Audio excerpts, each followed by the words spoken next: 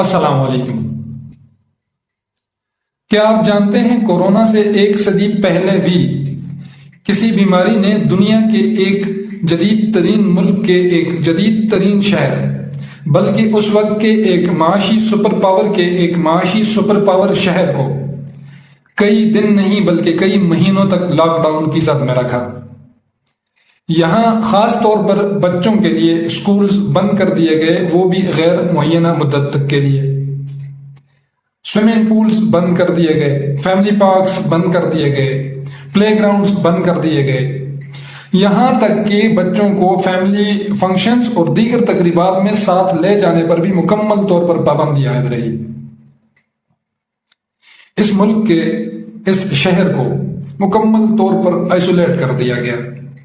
یہاں سے دوسرے شہروں میں اگر کسی بچے کو جانے کی ضرورت پڑتی تو وہ اسپیشل میڈیکل انسپیکشن ٹیم کی نگرانی سے ہو کر جاتا تھا۔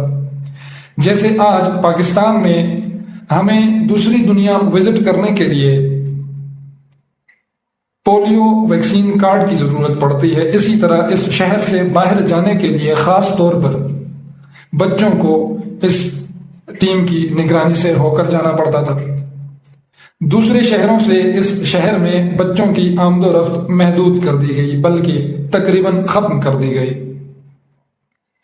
لیکن کئی ماہ بعد جب دوبارہ اسکول کھولے جانے لگے تو اس سے پہلے ایک نیا ادارہ وجود میں آیا، اسکول، جسے آج ماڈرن اسکول ہیلتھ پروگرام کے نام سے جانا جاتا ہے۔ اس میں پہلے ڈاکٹرز بچے کو اسکول کے گیٹ سے ان ہونے سے پہلے اسکین کیا کرتے تھے، بعد میں ضرورت زیادہ ہونے کی وجہ سے نرسز کو بھی اس پروگرام میں شامل کر دیا گیا اور یہیں سے آج کی جدید دنیا کا اسکول نرس کا کنسپٹ وجود میں آیا۔ اگر کوئی بچہ مشکوک یا پازیٹیو نظر آتا، اس بچے اور اس کی فیملی کو کورونا کی طرح صرف 14 دن کے لیے نہیں بلکہ پورے 42 ڈیز کے لیے آئسولیٹ کر دیا جاتا تھا۔ اس کے ساتھ کنٹیکٹ میں آنے والے خاص طور پر تمام تر بچوں کی انتہائی نگہداشت میں نگرانی کی جاتی تھی۔ کیا آپ جاننا چاہیں گے یہ ملک کون سا تھا، یہ شہر کون سا تھا اور یہ بیماری کون سی تھی؟ 17 جون 1916 امریکہ کے شہر نیو یارک میں آؤٹ بریک آتا ہے، جسے اس وقت ہینڈ میڈن ڈیزیز کے نام سے جانا جاتا ہے، اور آج اس جدید دنیا میں اسے ہم پولیو مائلائٹس یا پاکستان میں عرف عام میں پولیو کے نام سے جانتے ہیں۔ آج ایک نایاب تصور کی جانے والی بیماری، کیا آپ سوچ سکتے ہیں کہ امریکہ جیسے سپر پاور ملک کے لیے بھی کئی دہائیوں تک درد سر بنی رہی۔ 1916 کے ایک گرمیوں کے سیزن میں، یعنی جون، جولائی، اگست اور ستمبر کے 4 ماہ کے اندر اس شہر اور گرد و نواح میں 27,000 سے زیادہ کیسز رپورٹ ہوئے۔ ان میں 21,000 بچے ایک ٹانگ سے مفلوج ہو گئے اور 6,000 سے زائد بچوں نے اپنی جان دے دی۔ لیکن کیا یہ پولیو سے دنیا میں ہمارا پہلا تعارف تھا؟ جی نہیں۔ پولیو کے دنیا میں موجود ہونے کے شواہد کئی ہزار سال پرانے ہیں۔ آپ اگر گوگل کر دیں، مصر کے ایک میوزیم میں پڑا ایک کتبہ جو 4,000 سال پہلے کے ایک پادری کا ہے، اسے روما یا روما کا نام دیا گیا تھا، RUMA یا ROMA۔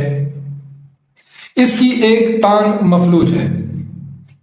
جدید میڈیکل سائنس کی تحقیق کے بعد یہی اخذ کیا جا رہا ہے کہ یہ ممکنہ طور پر پولیو کی وجہ سے ہو سکتا ہے۔ لیکن ہماری اس جدید دنیا میں پولیو سے ہمارا تعارف کروانے والے ایک برٹش سائنٹسٹ ہیں۔ یہ 1736 میں اس وقت کے ایک شہر ویسٹ منسٹر میں پیدا ہوئے، جسے آج لندن کے نام سے جانا جاتا ہے، اور 1789 میں یہ اپنی ایک کتاب شائع کرتے ہیں۔ اس کا کتاب کا نام تھا A Treatise on the Diseases of Children، اور اس میں یہ ایک بیماری کا ذکر کرتے ہیں، اسے پیش کرتے ہیں The Debility of Lower Extremities، یا جسم کے نچلے حصے کی کمزوری۔ یہی سے ہمارا پولیو کو جاننے کا عمل شروع ہوتا ہے۔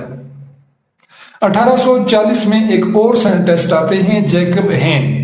یہ اس بیماری کو مزید وضاحت سے بیان کرتے ہیں، لیکن اس کے بعد 1881 تک یہی تصور کیا جاتا ہے کہ یہ فرٹیلیٹی فیوریبل کنڈیشن سے پیدا ہونے والی ایک بیماری ہے، یعنی زرخیزی سے پیدا ہونے والی ایک بیماری۔ لیکن 1881 میں سویڈن میں ایک آؤٹ بریک آتا ہے، جو ایک لوہے کی فیکٹری کے سراؤنڈنگ ایریاز میں۔ اب یہاں زرخیزی کا کوئی نام و نشان نہیں، اسی لیے اس پر تحقیق ایک نیا رخ اختیار کرتی ہے۔ 1887 میں کارل آسکر میڈن اور ایور وکمین یہ ثابت کرتے ہیں کہ یہ فرٹیلیٹی فیوریبل کنڈیشن سے پھیلنے والی بیماری نہیں، بلکہ ایک انفیکشس ڈیزیز ہے۔ یاد رہے 1840 میں جیکب ہین نے اسے ایکسپلین کیا تھا، اور 1887 میں کارل آسکر میڈن نے اسے مزید بریفلی ایکسپلین کیا اور یہ بتایا کہ یہ ایک انفیکشس ڈیزیز ہے۔ اسی لیے اس کے بعد مزید 2 دہائیوں تک اسے ہین میڈن ڈیزیز کے نام سے جانا گیا۔ 1894 میں امریکہ میں ایک اور آؤٹ بریک آتا ہے اور 132 کیسز رپورٹ ہوتے ہیں۔ اس کے بعد یہ بیماری دنیا کو آڑے ہاتھوں لے لیتی ہے اور یہ نارتھ امریکہ اور یورپ تک جا پہنچتی ہے۔ لیکن 1908 میں ارون پوپر اور کارل لینڈسٹینر 2 سائنٹسٹ ایک تجربہ کرتے ہیں۔ یہ پولیو سے مرنے والے ایک بچے کے اسپائنل ٹیشوز کو فلٹر کر کے ایک بندر کو انجیکٹ کرتے ہیں۔ کچھ دن بعد بندر میں بھی وہی سب کچھ نظر آنے لگتا ہے جو ایک پولیو سے متاثرہ بچے میں ہوتے ہیں۔ یہاں سے یہ ثابت کرتے ہیں کہ یہ ایک وائرل ڈیزیز ہے۔ اس کے بعد اس پر مزید تحقیق کے دروازے کھلتے ہیں۔ 1916 میں امریکہ میں ایک اور آؤٹ بریک آتا ہے۔ اس کے 27,000 کیسز رپورٹ ہوتے ہیں، 21,000 بچے مفلوج ہوتے ہیں اور 6,000 سے زائد بچے مر جاتے ہیں۔ اس کے بعد اس کے لیے ویکسین ڈیولپ کرنے کی کوشش کی جاتی ہے۔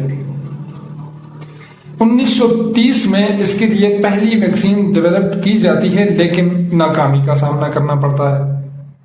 1940 اور 50 کے درمیان پولیو مائلیٹس کے سب ٹائپس، یعنی اس کی 3 اقسام سامنے آتی ہیں۔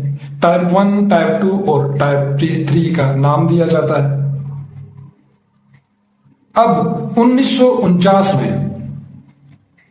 مزید 3 سائنٹسٹ، جان اینڈرس، تھامس ویلر اور فریڈرک رابن، یہ تینوں مل کر پہلی بار پولیو وائرس کو لیبارٹری میں کلچر کرتے ہیں، یعنی اگاتے ہیں، اور یہاں سے اس کے لیے ویکسین بننے کی راہ ہموار ہوتی ہے۔ 1955 میں پہلی بار اس کے لیے ایک مؤثر ویکسین وجود میں آتی ہے۔ جوناس سالک نام کے ایک سائنٹسٹ یہ ویکسین بناتے ہیں اور اسے نام دیتے ہیں IPV، جو آج دنیا کے تقریباً تمام ممالک میں حفاظتی ٹیکوں کے کورس کا حصہ ہے۔ اس ویکسین کو آج سالک ویکسین کے نام سے جانا جاتا ہے۔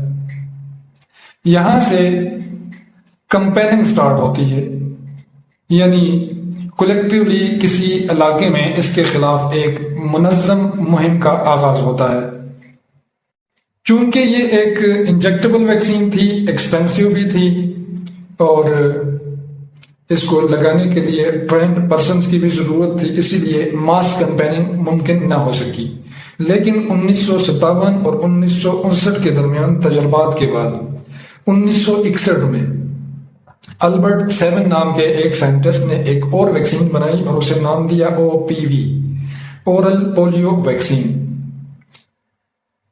اس ویکسین کی ایجاد کے بعد دنیا میں ماس کیمپیننگ کا آغاز ہوا، لیکن 13 جون 1988 کو ورلڈ ہیلتھ آرگنائزیشن یا WHO کے ممبرز ممالک نے ایک قرارداد پاس کی کہ 2000 تک دنیا سے پولیو وائرس کو ہمیشہ کے لیے ختم کیا جائے گا۔ لیکن کیا یہ ممکن ہے کہ کسی وائرس کو دنیا سے ہمیشہ کے لیے ختم کیا جا سکے؟ جی ہاں، لیکن وائرس کی اپنی شرائط پر۔ پولیو کے معاملے میں یہ تھوڑا آسان اس لیے تھا کہ اس کی محدود سیروٹائپس تھیں، ٹائپ 1، 2 اور 3۔ دوسرا، یہ صرف اور صرف انسانی آنت میں پرورش پاتا ہے، یعنی اس کا قدرتی ذخیرہ ہونا صرف انسانی آنت میں ممکن ہے۔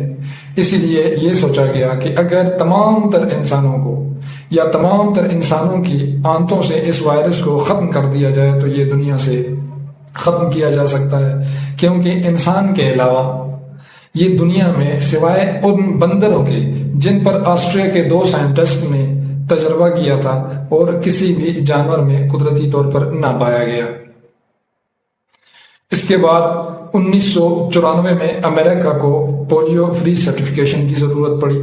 1989 میں آخری کیس امریکہ میں پازیٹیو آیا تھا، لیکن 1961 کے بعد سویڈش میں کوئی کیس سامنے نہیں آیا، اسی لیے پولیو فری سرٹیفکیشن میں سب سے پہلا نمبر سویڈش کا رہا، دوسرے نمبر پر امریکہ، پھر یورپ، اور سن 2000 میں اس لسٹ سے چائنا بھی نکل گیا۔ 2011 میں آخری کیس آنے کے بعد انڈیا کو بھی 2014 میں پولیو فری قرار دے دیا گیا۔ 2017 یا 18 میں نائجیریا میں آخری کیس سامنے آیا، اس کے بعد 2021 میں نائجیریا کو بھی پولیو فری قرار دے دیا گیا۔ لیکن پاکستان اور افغانستان دنیا کے 2 واحد ملک ہیں جو اب بھی اس موذی مرض کے جراثیم کے خلاف لڑ رہے ہیں۔ امید ہے انشاءاللہ ہم بھی اپنے ملک سے اس وائرس کا بہت جلد خاتمہ کریں گے۔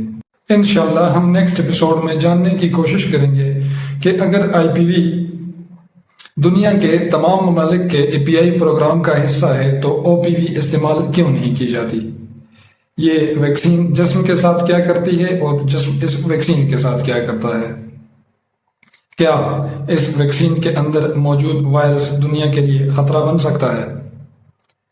تھامس ویلر، جان اینڈر اور فریڈرک روبن کا کیا کردار تھا کہ انہیں نوبل انعام سے نوازنا پڑا۔